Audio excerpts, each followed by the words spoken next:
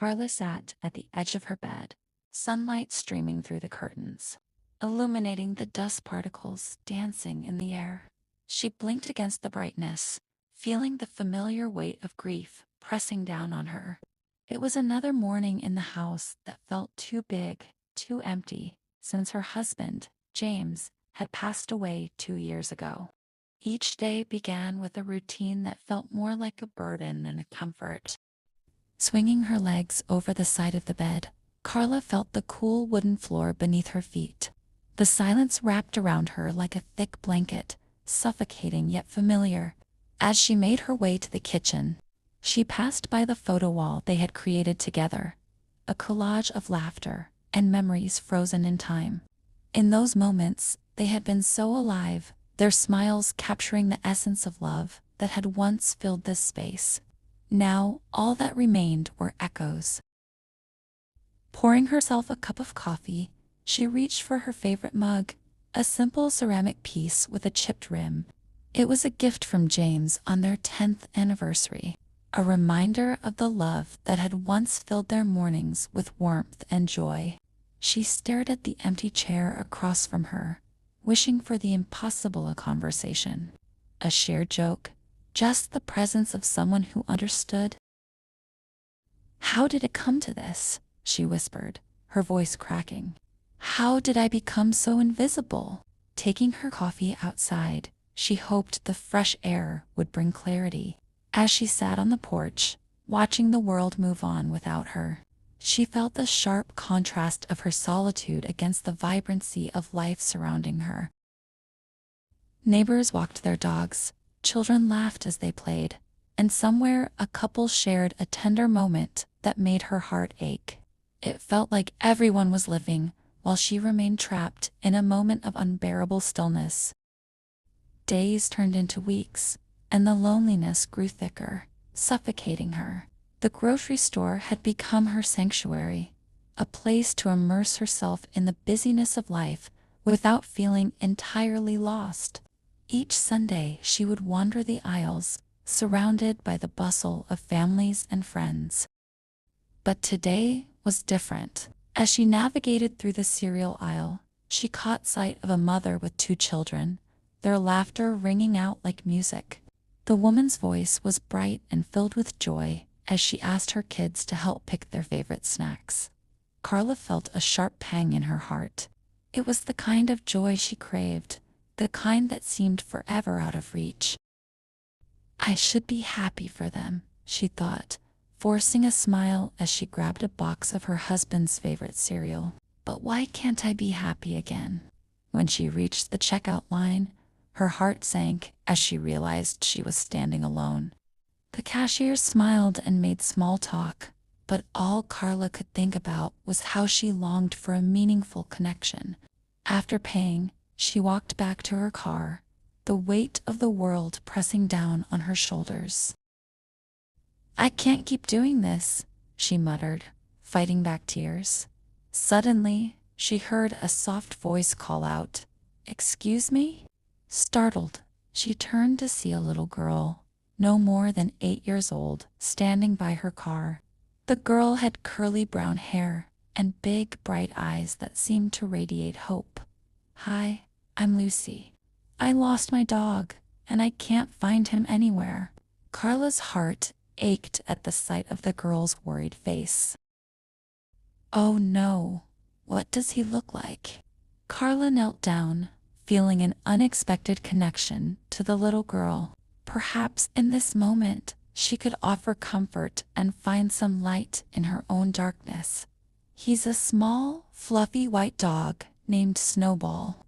He loves to play fetch, but now he's gone." Lucy's voice trembled, and Carla could see the tears pooling in her eyes. In that moment, something shifted within Carla. Memories of her own beloved dog, who had passed long ago, flooded back. She remembered how it felt to lose a piece of her heart. "Let's look for him together," Carla suggested, her voice steady despite the turmoil within her. "Where did you last see him?" As they wandered through the neighborhood, calling out for Snowball, Carla felt a spark of hope ignite in her heart. Lucy's laughter bubbled up as they checked bushes and looked under porches, the girl's enthusiasm infectious. "You're so nice. I wish I could help you too," Lucy exclaimed, and Carla felt her heart swell with warmth. Carla replied softly, surprised by her own words. "Just by being here, you're helping me."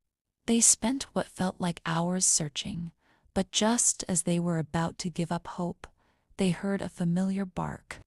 Lucy squealed with delight, running toward a small, fluffy dog who came bounding toward them. "Snowball!" she cried, scooping the dog up in her arms. Carla felt tears welling in her eyes, not just for Lucy's joy, but for the connection they had formed in that short time. "Thank you for helping me. You're like my superhero." Lucy beamed, and for the first time in months, Carla felt a flicker of happiness. As they sat on a bench in the park, Lucy hugged Snowball tightly. "Can we be friends? You can come to my birthday party." Carla felt a wave of gratitude wash over her. "I would love that." Over the next few weeks, Carla and Lucy began meeting regularly. They shared ice cream, went on walks, and even made silly art projects together.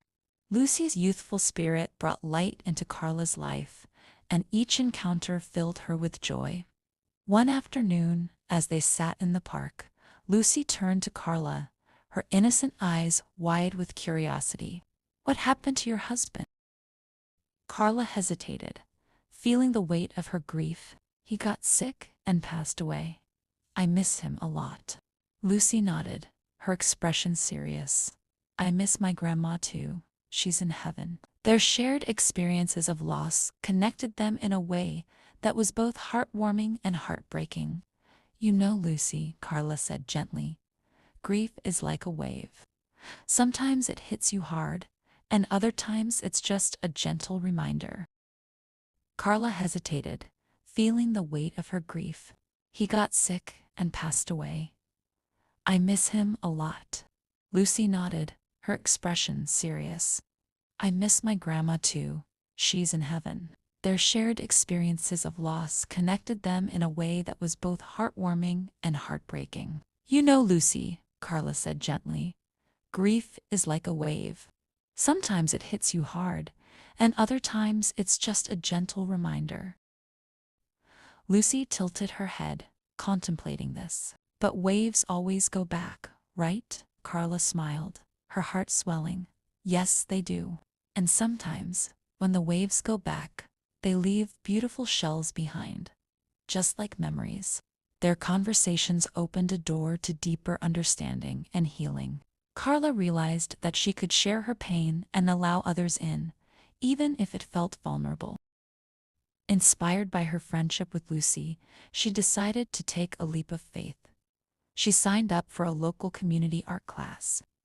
Each week, she immersed herself in colors and creativity, allowing her emotions to flow through her brush. The class became a sanctuary, a place where she could express the depths of her feelings without judgment. As she painted, Carla found herself pouring her heart into her work. She painted vibrant landscapes that reflected her memories of joy and softer, darker hues that represented her grief. The canvas became a mirror of her soul, a space where she could explore her emotions freely. One day, during class, Carla met a woman named Sarah, who had also lost someone close.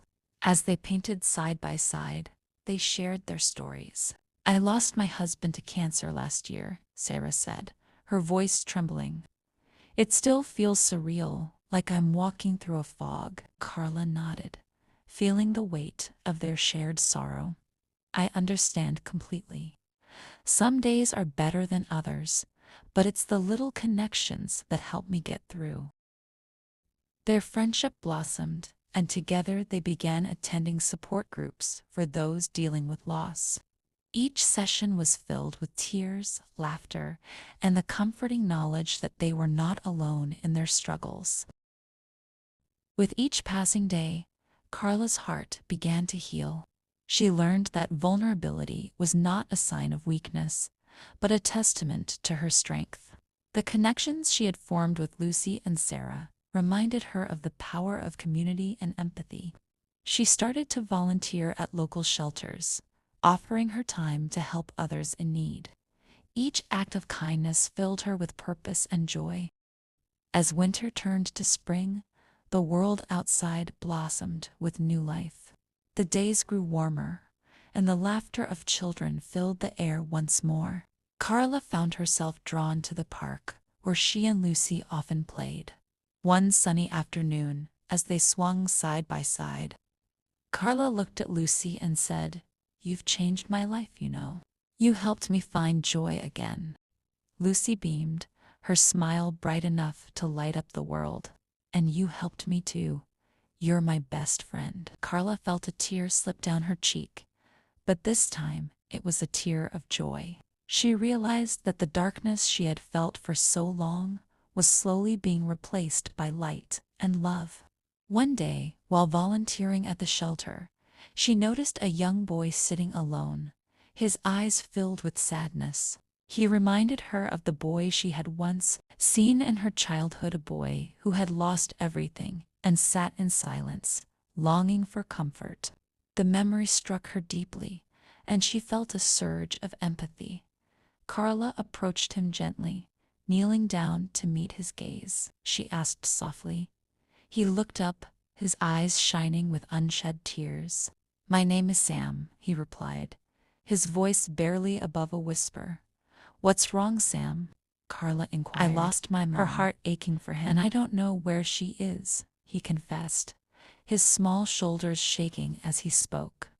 The pain in his voice echoed the memories of her own childhood struggles when she had felt lost and alone. Carla reached out. "I'm so sorry, Sam. That must be really hard." Sam nodded, tears streaming down his cheeks. "I just want her to come back." Carla felt a knot in her throat. She remembered her own mother, who had struggled with her mental health and had often been absent during Carla's most crucial moments. She knew the feeling of abandonment, and the weight of sadness pressed heavily on her heart. "You're not alone, Sam. I'm here, and I care," she said, trying to offer him a glimmer of hope. In that moment, she decided that she would not let Sam slip away into despair. "Would you like to draw with me?" she asked, trying to lighten the mood. Sam looked hesitant at first, but then he nodded slowly. Together, they moved to a corner of the shelter, where Carla had set up an art station. As they began to draw, Carla encouraged him to express his feelings on paper. Sam's initial hesitance slowly transformed into concentration. He began sketching a picture of a house with a bright sun shining overhead. "This is my house," he said, his voice gaining strength. "And there's my mom. She always made me pancakes on Sundays." "That sounds lovely, Sam. It's great that you have those happy memories." As the days turned into weeks, Carla made it a point to check in on Sam during her volunteer shifts. Each time they met, he opened up more about his life and the moments he cherished with his mom. Art became their bridge, allowing Sam to express his feelings in a way that words sometimes couldn't capture. As they sat side by side, drawing a colorful mural on the wall of the shelter, Sam shared a story that brought tears to Carla's eyes. "One time, my mom took me to the beach. We built the biggest sandcastle ever. It had a moat and everything. I miss that day so much." Carla smiled gently, remembering her own beach days with her family. "Those moments are really special, Sam. It's okay to miss them, but it's also okay to hold on to them in your heart." As they painted, Carla realized how much she had grown to care for this young boy. He reminded her of herself searching for connection, grappling with loss, and longing for love. One afternoon, as the sun began to set, casting a warm glow over the shelter, Carla brought Sam a small gift, a sketchbook and colored pencils. I thought you might like to keep drawing, she said, her voice filled with encouragement. Sam's eyes widened with surprise and joy. Thank you. I love it. He hugged the sketchbook tightly against his chest, his face beaming. Over time, Sam began to flourish. With Carla's support, he started to express his feelings through art more freely. The other children at the shelter noticed his passion and began to join him. Soon, they were all creating together, finding joy in their shared experiences. Carla nodded, understanding the importance of honoring his memories. Absolutely, Sam. We can make her a beautiful part of our mural. As they painted together, Sam described his mother in detail, the way she laughed, the color of her hair, and how she always wore a bright yellow dress. Each stroke of the brush brought her to life on the wall, transforming the sadness into something vibrant and beautiful. After weeks of hard work, the mural was finally complete. It depicted not only Sam's mother, but also the joyful moments he had shared with her and the love that surrounded them. As they stood back to admire their creation, Carla felt a swell of pride and emotion. This is amazing. Sam, you've captured so much love here, she said, wiping away a tear. In that moment, something shifted within Carla. She realized that her own healing was intertwined with Sam's journey. By helping him, she was also helping herself to find closure for her own past. As the shelter organized a small event to unveil the mural, the community came together to celebrate the resilience and creativity of its children. Families, volunteers, and staff gathered to honor the stories that each child had brought to life. When it was Sam's turn to speak, he stood in front of everyone, clutching his sketchbook. "This is my mom," he began, pointing to the mural. "I miss her, but I know she's always with me. And I'm happy, because I have friends here who help me remember." Crowd erupted into applause, and Carla felt a warmth in her heart. She realized that this journey wasn't just about overcoming loneliness. It was about building connections that could last a lifetime. As the event came to a close, Carla stood outside the shelter, watching the children play together, their laughter filling the air. Sam ran over to her, a huge smile on his face. "Thank you for everything, Carla. I feel so much better now." Carla knelt down and hugged him tightly. "You've done all the hard work, Sam. I'm so proud of you." In that embrace, she felt the weight of her loneliness begin to lift. She had discovered a community, a purpose, and most importantly, a deep connection that transcended their shared experiences of loss. As Carla continued to volunteer at the shelter, she found herself thriving. Each day brought new challenges, new stories, and new friendships that filled the void in her heart. And as she watched Sam grow, she realized that she had not only helped him heal, but he had also helped her find her way back to herself. Together, they had created something beautiful, bond forged through understanding, creativity, and love, illuminating the path forward for both of them.